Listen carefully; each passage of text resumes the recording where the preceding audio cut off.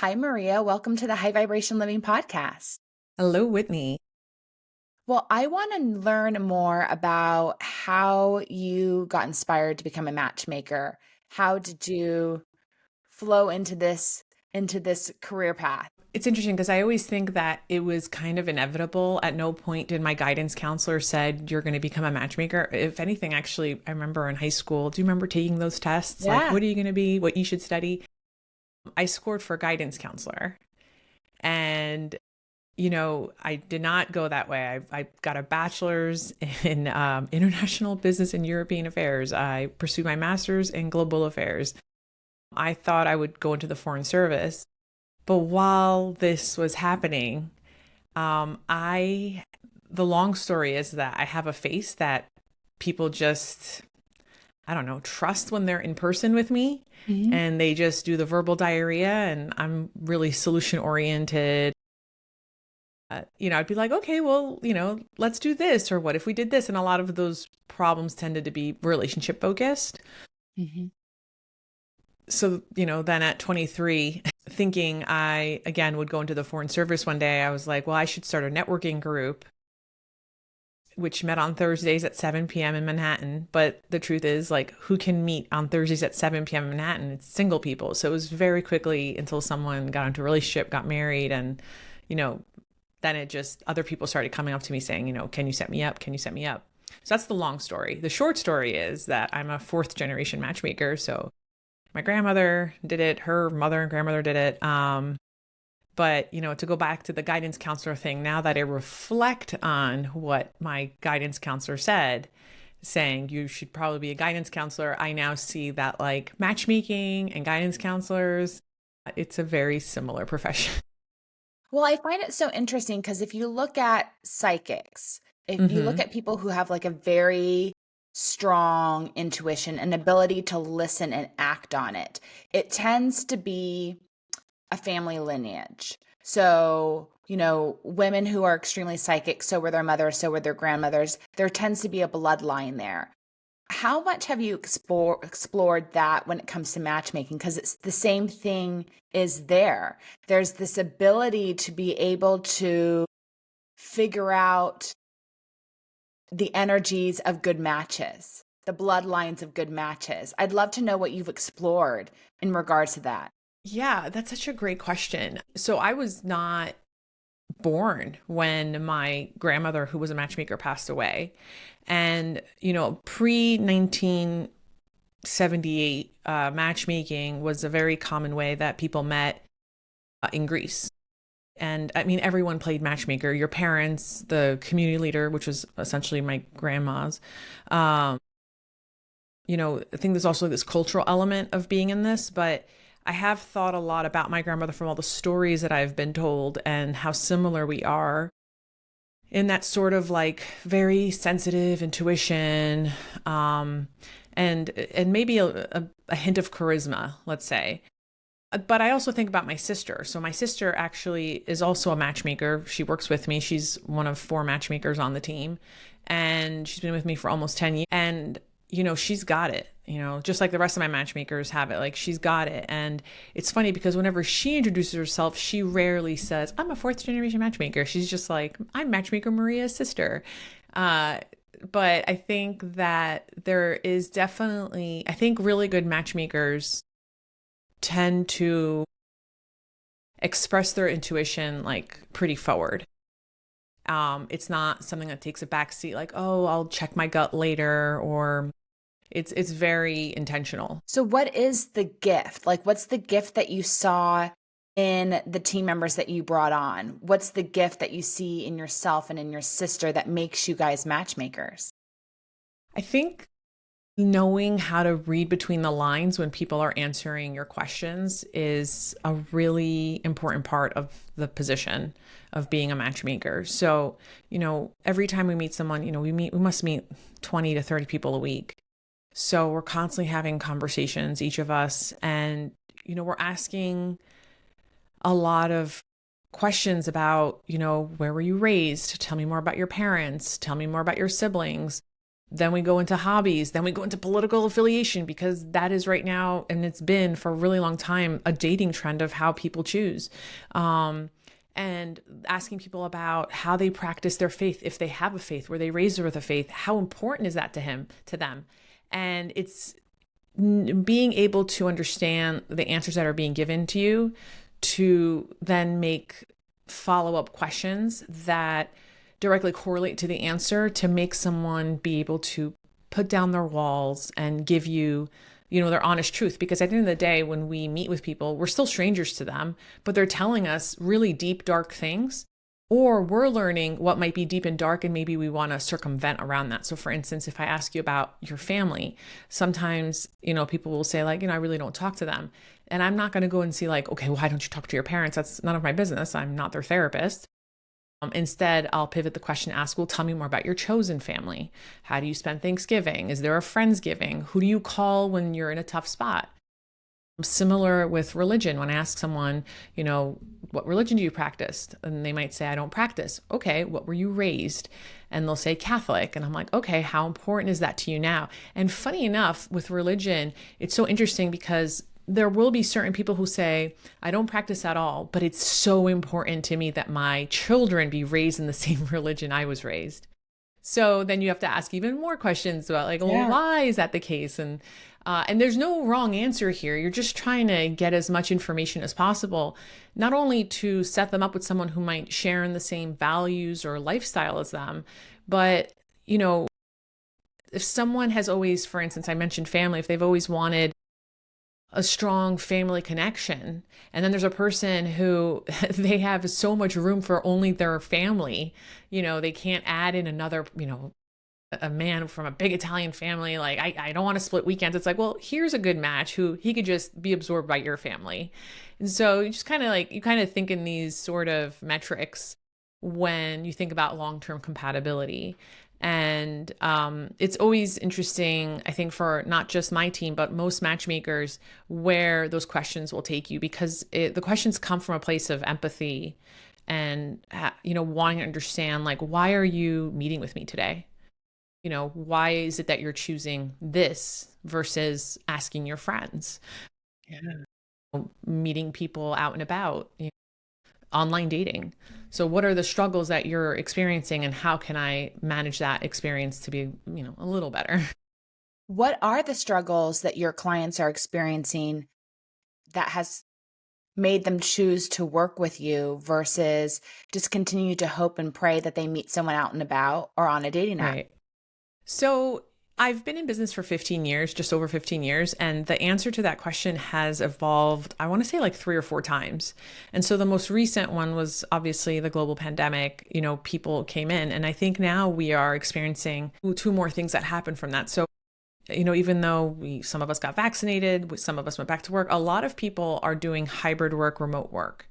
And while that's fine and dandy, I know this is controversial. If you are single, I highly implore you to go to your place of business 3 days a week, because you do need human interaction in person. Zoom is not enough. And discovering people, their quirks, their body language, it just creates this emotional intelligence in how to interact with other people. So I think one of the things that we're noticing is that people just don't know how to act in public. And I don't think you have to be single to see this. I mean, I was recently at someone's birthday. I just wanted to get, they were standing in front of the food buffet, and I just wanted to sneak past them because I got my eyes on that shrimp, and they just like wouldn't get the hint that I'm like, I'm trying, you are literally blocking the shrimp. Let me get past you.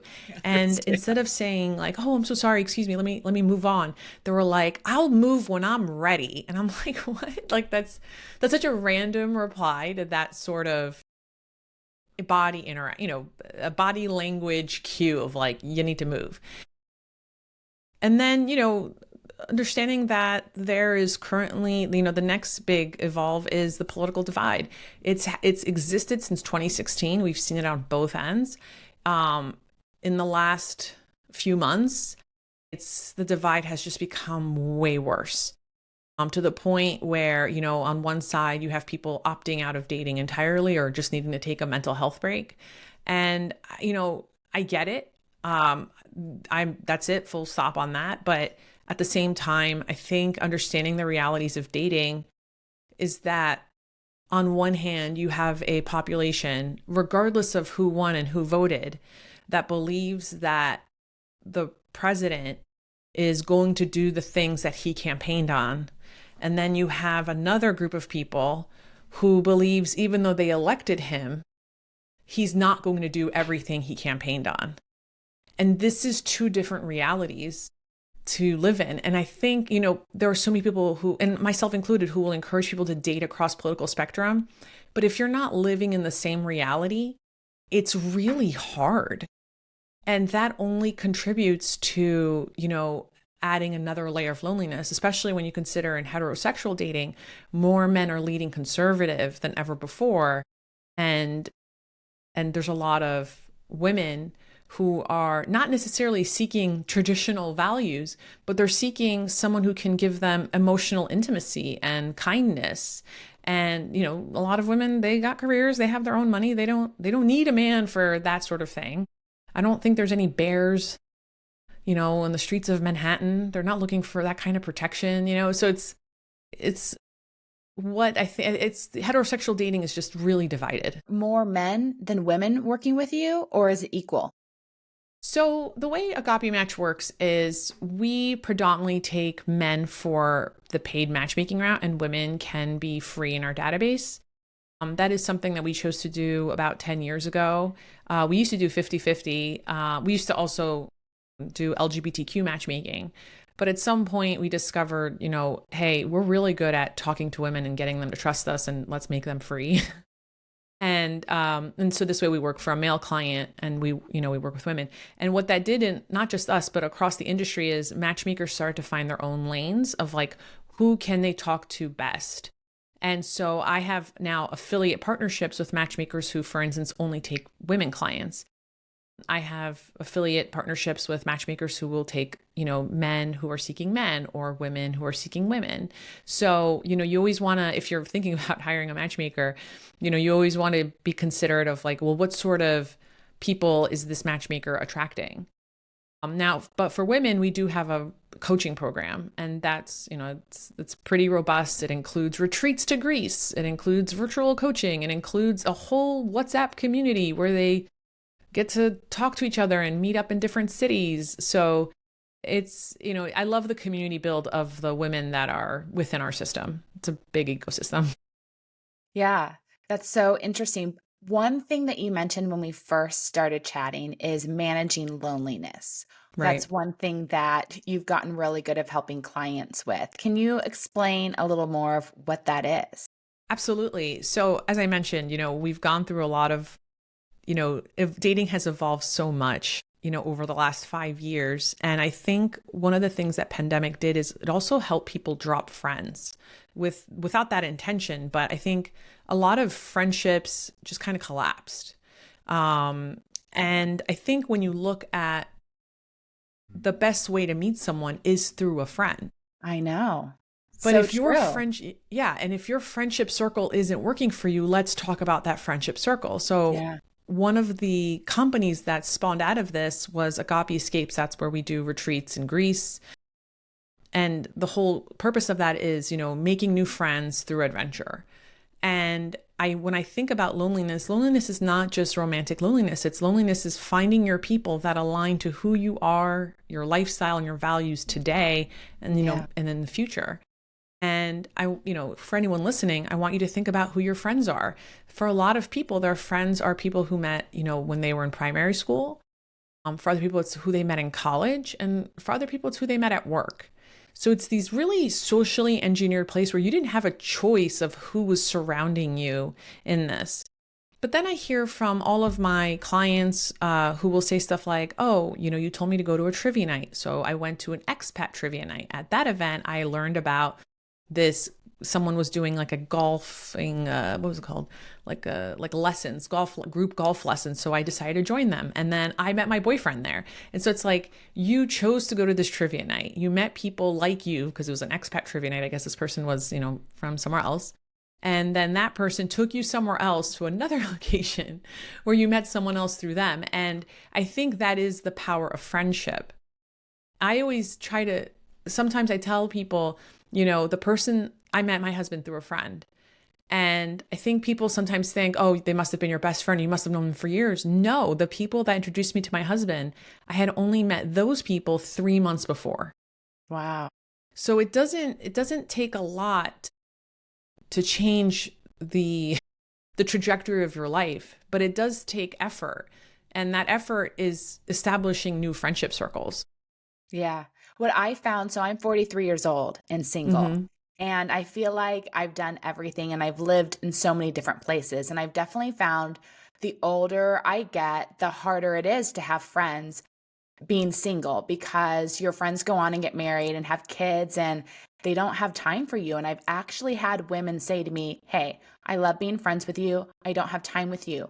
Once you have a boyfriend, I'd love to do double dates with you, but I don't have time to hang out with you until you have a significant other and we can plan group dates, group events. I've hit that a lot. That's Um, terrible because that tells me that this person also doesn't have their own lifestyle that's separate from their partner. If you interview really happy and successful couples, mhm. because I'm in the line of work that I am, I do have the privilege of doing that. I talk to people all the time, like, tell me more about why your marriage worked. And the Yeah. thing that is the most consistent is that you need to have your own lives, right? You come together and you get to talk about it with each other, but you certainly need your own hobbies that are outside of your partner. And that is so tragic what you just shared with me. This is something that I've personally never said to a single person that's single. Because I do have friends that are single, right? I mean, well, my clients are single, but I have friends that are single. And I think it's a lot of fun to be able to take them out, not about picking someone up, but to just do an activity with them, grab brunch, whatever it is. I also can invite them to whatever's happening in my family during family events, but I also recognize that they might think my stuff is stupidly boring too, but they get the invite if they want. Yeah. I think though you just hit the nail of that. Just because someone's saying that to you doesn't mean that they're in a happy relationship. Mm. It just means that they are incapable of being a good friend without, I don't know, that the partner that they've decided to align with them. I always tell people, I know this sounds really harsh, but I'm like, sometimes you just need new friends. I think so too. And what I find interesting, and I can only say this as a perspective from a woman, is I look and I see that most women my age don't have time for me as a friend. I maybe see those friends once a year, maybe twice a year, because their priority is their husband, their children, their job, their family, their extended family. I mean, the list goes on and on. And then there's the single friend. So it's hard to even get time with your Yeah. girlfriends who are in relationships. But I see it different for men. My only perspective can be like my brother, who all of his friends are married with kids, and he still spends a lot of time with them. They invite him in. So I don't know if women are just more mentally overwhelmed with everything that they're carrying, that having another person around or making time for that single friend is too much and overwhelming. But I see a huge difference. And what I've noticed now being 43 and single versus when I was 30 and single or 28 and single is there's just less opportunity for me to connect with other women or other couples. Right. It's A just little bit of became, what you're describing is also yeah. the patriarchy. So if I may, Yeah, no, that I'm think asking about, these questions because I'm yeah. wondering, is this just my perspective? Do I need to change my outlook? No, it's not your Change who I'm perspective. Yeah. Absolutely not. Like Whitney, I think it's actually systemic. So what you described before about your friends that are in marriages and have children, like as someone who does have two young children, and I'm also a caregiver for my mom, I do have a limited amount of time for Hmm. not just my single friends, all my friends, right? Yeah. I do try to do something monthly. And sometimes that monthly with certain friends is just going to be a phone call for 2 hours. I have, monthly girl dates though, like we do brunch and all that stuff, and that's what I can give. But I do want to show that what I meant by systemic and a little bit is the patriarchy is that think about men's hobbies.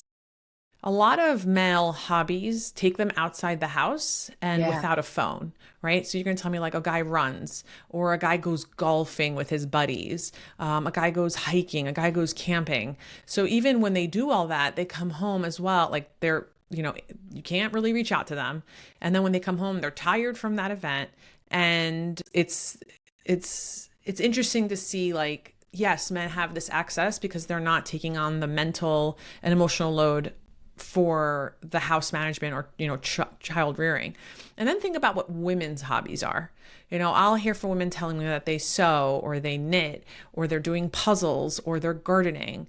And look, I'm sure there's listeners who'll say stuff like, well, I run and I play golf. I'm not talking about you, but I know that if you are doing those things, you can see that it is predominantly male in some of these places. But when you look at women's hobbies, a lot of their hobbies are in the house. Yeah. And when that happens, it's very easy if you're knitting to be like, oh, my kid needs me. I need to go do this. Like, you never get a moment to yourself to be like, you can't reach me, which is why I think all friend dates should be spa dates. Or just like third location, like get yourself out of the house for brunch. Don't bring them over the house. You're not available. I think anyone entering a relationship needs to also kind of set the ground rules that, like, I have these hobbies. I have a girls trip that happens every year, and stick to that. It's funny. I have a girls trip that I do. I mean, it's part of my retreats now, but I have a girls trip that I do 1 week every year. I also go to another conference. That's another week a year, not with my husband. And then my husband has his little boys trip. I don't know, I'm calling it a little boys trip, but he has his man's trip, right? Yeah. And that's for 1 week a year too. And I think it's interesting how the agreement, I don't know how we even came up with this, but we barely talk to each other when we're on our trips. Like maybe it's a 2-minute FaceTime every single day. And we have kids, but my kids understand, like, oh, mom's busy. You're going to see her on FaceTime for like 30 seconds and then off. I want to talk to him when I get home. There's nothing for me to share. Like, what am I going to say to him? Oh, here's what happened to Tiffany. Like, that's so silly. Yeah. And you got to just kind of take that, he went golfing and didn't call you. You have to take the same approach to hobbies. It's really tough. What are your hobbies, Whitney? So I love movement. So I love tennis. I love walks. I love hikes. I like beach walks. I like physical movement and play. Mm-hmm. I love everything health, wellness, and spirituality. So any opportunity that I can to go to an interesting lecture or, watch an interesting podcast or show, I'll travel to see certain speakers speak. Wow. I love books. So I'm always exploring books as well. I would say, and obviously I'm a chef, so cooking and food. I could spend all day driving around, because I do, going to different grocery stores and little markets and cafes. So actually, since we've been talking, I just made a note that I'm going to start a Saturday brunch at 11:30, the second Saturday of every month. Yeah. I'll send out an invite to a bunch of friends who can make it, and who can't. But set it in the calendar and forget it. Like that's how you do it. You have to just be, you're part of this equation. It's not just your friends. It's a 50-50 thing. Just like any relationship, even when you're dating someone, you're still 50% of that equation. I think because of my age, you get rejected so many times, whether it's by someone you're dating or by your friends, with their not being available. So you just get tired of asking. You get tired of asking people to hang out, schedule plans, because, people are busy and they just start saying no. And I think you just get to a place where you just can't hear no anymore. We're doing requests now, so we're not asking. Okay. We're going to do a little mindset shift here now. Okay. A little calendar invite. I love that. That's what you got to do. I mean, for us, it's every third Thursday. So it's actually today when we're recording. And my husband knows it's in his little calendar, like mama's out, I'm out, you're going to put the kids to bed.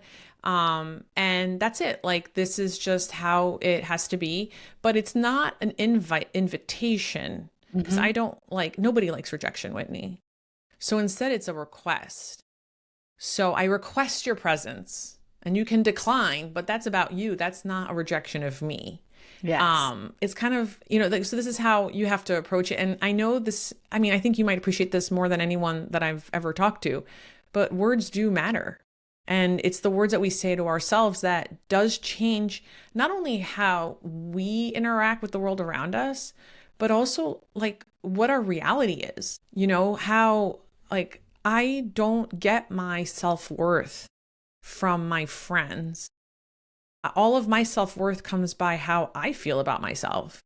But that's hard. What I'm saying is not necessarily an easy thing to do, but I do challenge myself to not use certain words in my everyday reality, and it does take practice. So for instance, I'll give you one example, and this is going to sound so silly, but it did change everything for me.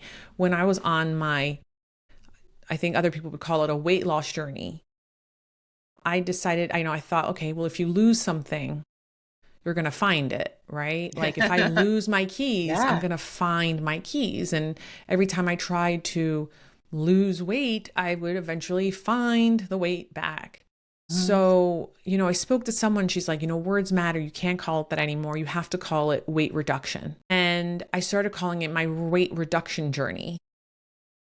And how that shifted my mind was when I started losing, let's say, I started when I gave birth to my son, I was 324 pounds. So I had like the baby weight and all that stuff. I had gained a lot of weight through him because it was like a health complication, whatever. Yeah. But, once that was gone, I was 288.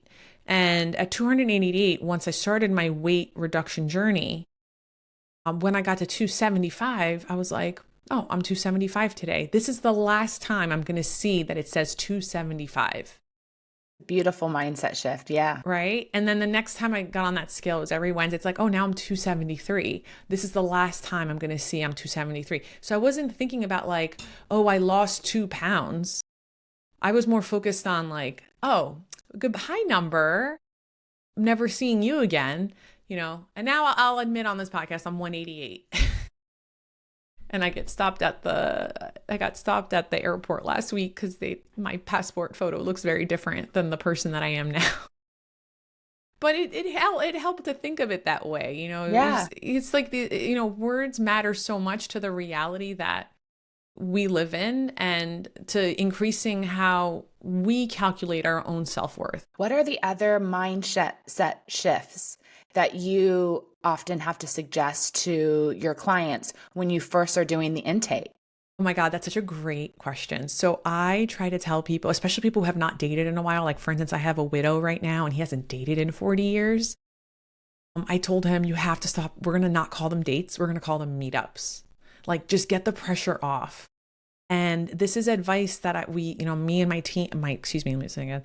This is advice that my team and I typically give to all of our daters when they're online dating. It's like, stop calling them online dating apps. They're just meetup apps. Like you're putting all this pressure on like how they're talking to you or what's, and I'm not talking about the guys or that are like leading with their penis in their conversations. Like, let's put those guys to the side. Those are people you should never meet up. Like they have different intentions than you might agree to.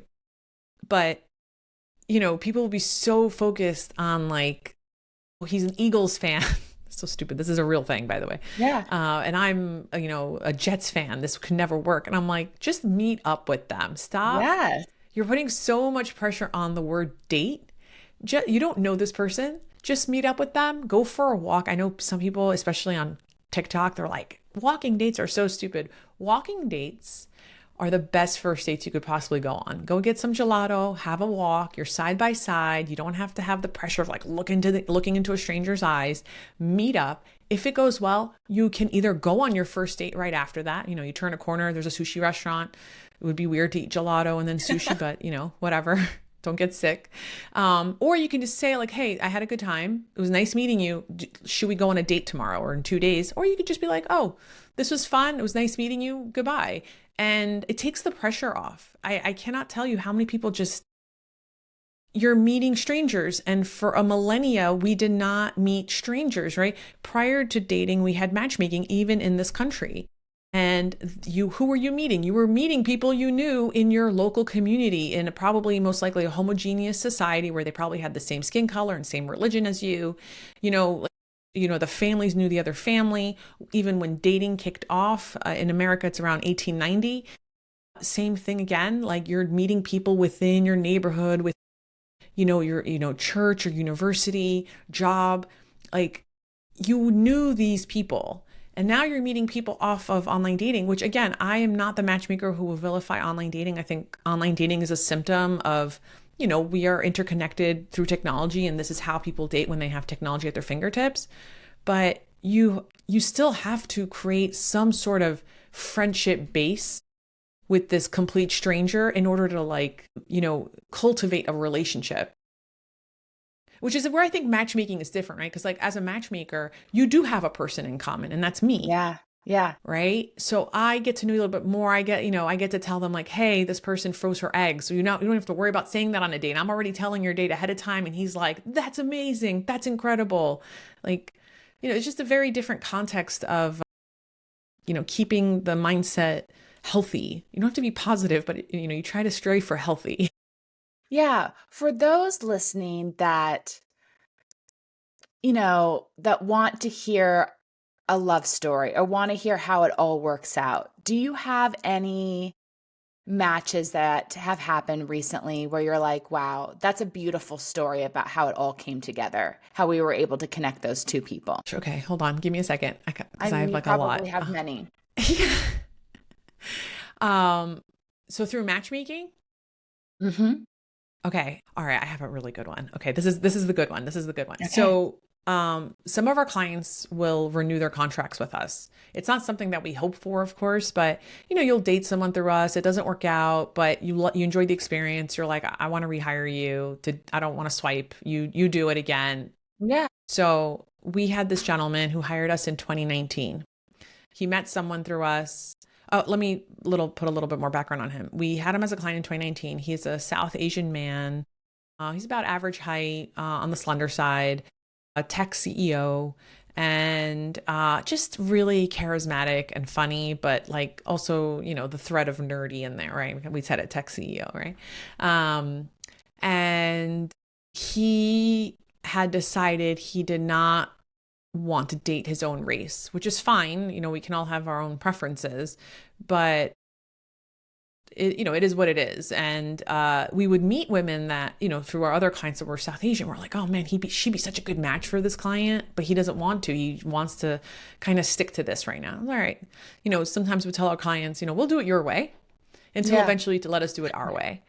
Yeah. So he hired us in 2019. He ended up dating someone. They broke up a year later. He comes back in 2021, rehires us again. Again, he wants to do it his way. Okay. He ended up not being in a relationship in that contract. We had a really positive experience. I mean, he went on second and third and fourth dates with people, but nothing ever long-term. So he comes back in October of 2024 to renew his contract for the third time. We never reach out to clients saying, hey, do you want to renew? Like they always, they'll come back to us. So he comes back, he's like, I want to renew, but this time we're going to do it your way. Cause I can't pay you again and not be in a relationship.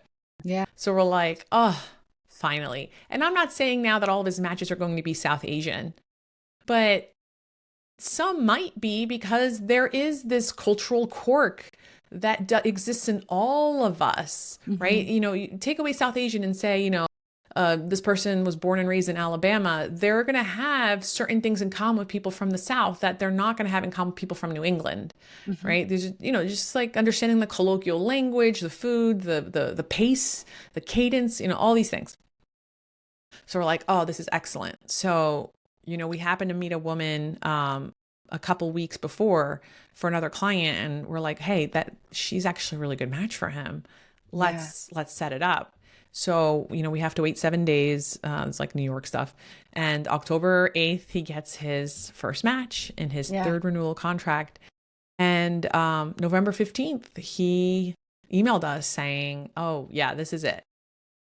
Like, it was a one and done contract. It's our second one. It was our second one for 2024. Our third one in 2024. So we had 3 separate clients who hired us, and we got it on the first try. That's insanely rare, but it felt so good because it's like, I've always felt that the clients who just like let us do our job are the ones Yeah. that tend to be the most successful. But we also have to accept the clients who are just like, look, I'm hiring you to do the things that I can't do. You're going to do it my way. And it's like, okay, Mm-hmm. some of Just them are like, successful, yeah, some of them are not. it's just like when a nutritionist tries to work with someone, or for me as a chef, someone can really tightly control what I prepare for them. But when they give me more freedom of budget and more freedom of creativity, they're going to get better food. They're going to get a better experience. So Right. it's like trusting the experts in their field, letting go a little bit so they can create more magic for you. Right. Yeah. Yeah. Yeah, And totally. And I think that was just such a wonderful, because we always liked him. We were always rooting for him. It was just like, yes, and invite us to that's the like, wedding. I think what's so beautiful about the magic of what you guys do, and it's just this little thing that's within each one of you guys Yeah. that give you the ability to sense that you need to introduce two souls to each other and then let the souls take it from there. I think it's like one of the most incredible, like, God-given skills that people have.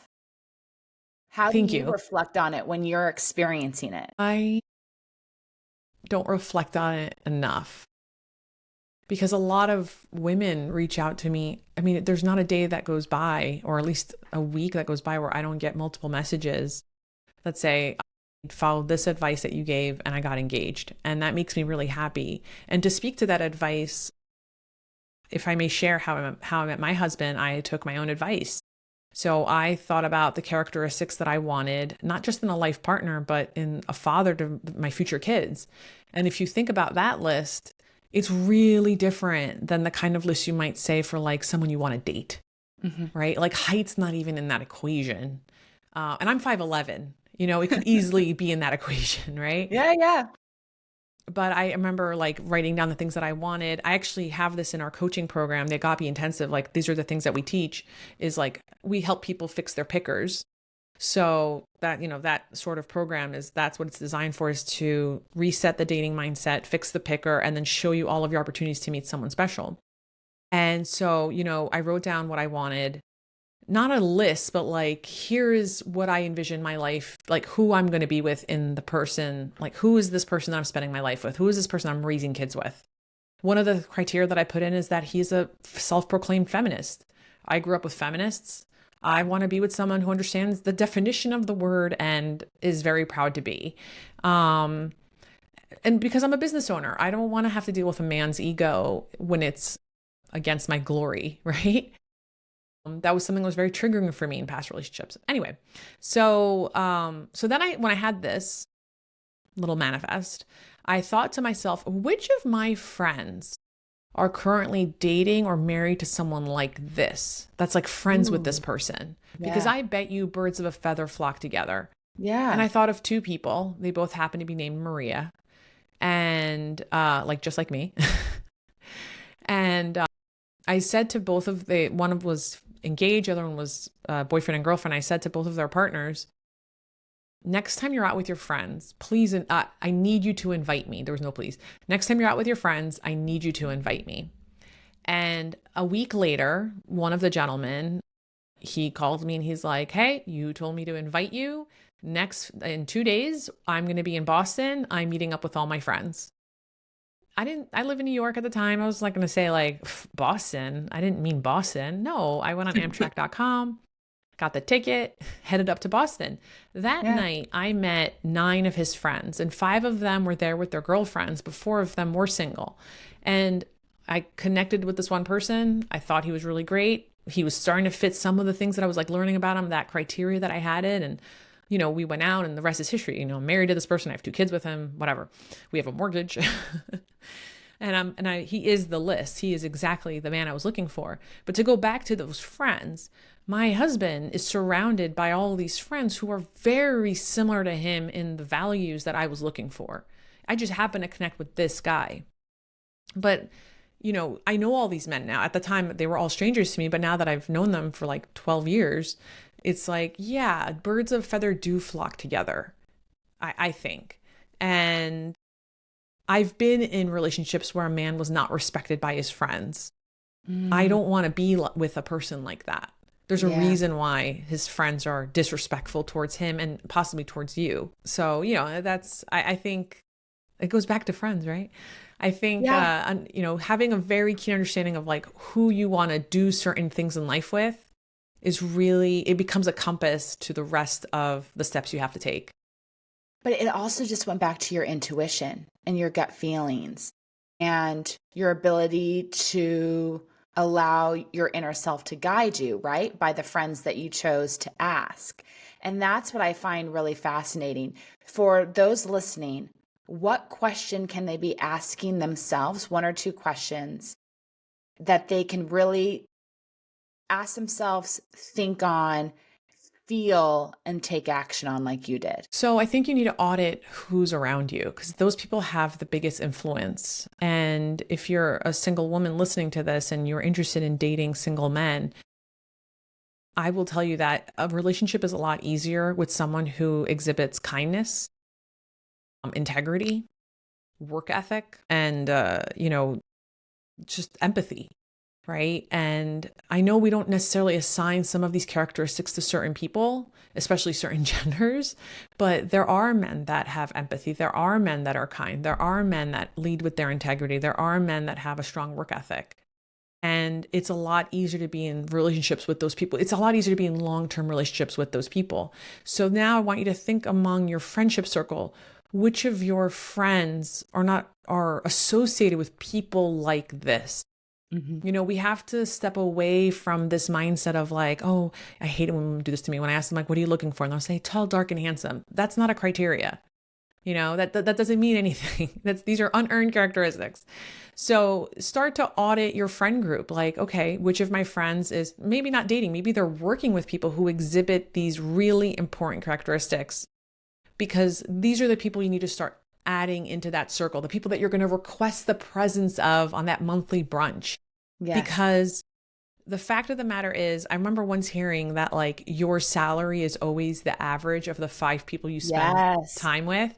Yeah, but Yes. so is your emotional wellness. Mhm. So is like the kind of lifestyle you're going to attract. So it's like, who are we getting rid of in this 5-person circle? And who are we replacing Yeah. them with? Who are we adding to this? And I know that seems really cold, but like we do outgrow relationships. We also outgrow friendships. That doesn't mean you Yeah. don't respect the friendship, but it does mean that you should be more intentional of how you spend your time with them and the influence they have over how you live your life. This is great advice just because we are still coming out of our experiences in 2020 and 2021, and we kind of have to all rebuild from scratch. We all have to rebuild our routines, our hobbies, our connections, how we spend time to people. I think we're still in that rebuilding phase. So this is more than love advice today. This is great life advice, Maria. Yeah, this is what we do at Agape Escape. So like my company is Agape Match, but we also have Agape Escapes, which is our retreats. And we have women's retreats, we have co-ed retreats that happen in Greece. But that's the purpose of them is to like, let's build from scratch. We're getting you a whole new friend group. And, there's enough people where you do find your people. Yeah, So this is so it's, neat. it's, that's, I think that's one of the most rewarding things that I do for sure. Well, where can people see your retreats in 2025? Where can people connect and continue to learn from you? You're a great teacher. Thank you, Whitney. That's so nice of you. I think the best place to find me is on Instagram at Matchmaker Maria. And that link in bio has a link to my Agape Match, my matchmaking service. It has a link to the retreats. It has a link to my own podcast. It also has a link to pre-order my book because in a couple months, Ask a Matchmaker comes out. It's published by St. Martin's and it will be available Amazing. in all in all bookstores. Congratulations. Thanks. And that's a great press too. Any particular places that you guys are going to be going in Greece this year that should really excite those that have been wanting to go? So we have our flagship, which is Paros, Oh yeah. Paros. Yeah, I've Yeah. always wanted to go. Yeah, Oh my I've heard gosh, great Whitney, you things have to about that come. island. I You think have to so. come. You would love it. So Bados is really great. We tend to get an age range. The youngest we've had is 23 and the oldest we've had is 65, and they both Yeah. had such a hoot. But the average age tends to be, 32 to, let's say, 48. That's Hmm. not an average, it's a massive range, but like you get people in similar places in life who just really want to make new friends. And I think for a lot of people, they don't get to go to really cool places sometimes because like one friend's engaged and saving money, another friend is pregnant, another friend's unemployed. And it's like, nope, that's not part of this equation. You're just coming and joining a group of everyone who wants to do something really fun this summer. So Bados is our flagship. It's a fantastic time. It's going to be the week of 4th of July. Oh, cool. And spaces are limited. So certainly sign up if there's availability. But we also have other retreats. There's one in Crete. That's a co-ed Mm. one. And then we have, I know, one in the Peloponnese. We have like a few, so it's just a matter of going to the website and checking it out. I love that. I have actually planned to travel to Greece for my birthday in 2020, and I was going with two friends, and we were going to go to Paros and Crete. Crete was the main place that I really wanted to go, and obviously that flight got canceled. I had the flight Uh, booked and everything, oh, so maybe did you get now your it's money my flight back? to finally go. Yeah, and I think Crete's really special. If anyone ever goes to Crete, Yeah, you need like 2 weeks, to be honest. 1 week yeah, is not enough. But I live in Crete 2 months out of the year because that's where my husband is from, and I want my children to have time with their grandparent. Like, all of our families live yeah. in Greece, so it's an opportunity for them to get that, experience. So I'm working remotely over there. It's Same. definitely a change in pace in life, I'm sure, absolutely. but the food is incredible. So yeah, Well, and the history is but incredible yeah. for Crete too. I mean, it's like never ending what you can learn about that island, It's whether the it's, earliest, Knossos, which is in Heraklion city, the oldest road in all of Europe. I mean, even the word Europe comes from that city, so it's very interesting to be in those spaces.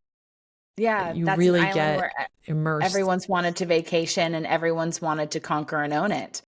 Yeah. It's like Oh yeah. super fascinating. Yeah. Yeah. Well, thank you so much for coming on. Can you leave our guests with maybe just one mindset or love tip that they can consider adding into their life? I always say that it's very easy to fall in love. We Hmm. fall in love with people all the time, but it's really hard to choose to like someone for the next 10, 20, 30, 40 years of your life. Mm, And, a lot of what a good relationship is, that you're both contributing. And that likability factor is not just you choosing to like them, but they also have to choose to like you. So mhm. even on my podcast, I always say at the end, be lovable, but be important. Excuse me. At the end of my podcast, I always say, be lovable, but more importantly, be likable. And that Yeah. is because I do think that we have to stress likability more because we have to do likable things, not for other people, for ourselves, because then we can share in that passion. Everyone always says they want to date someone who's passionate about something. It has to Mhm. start with you too. Mhm.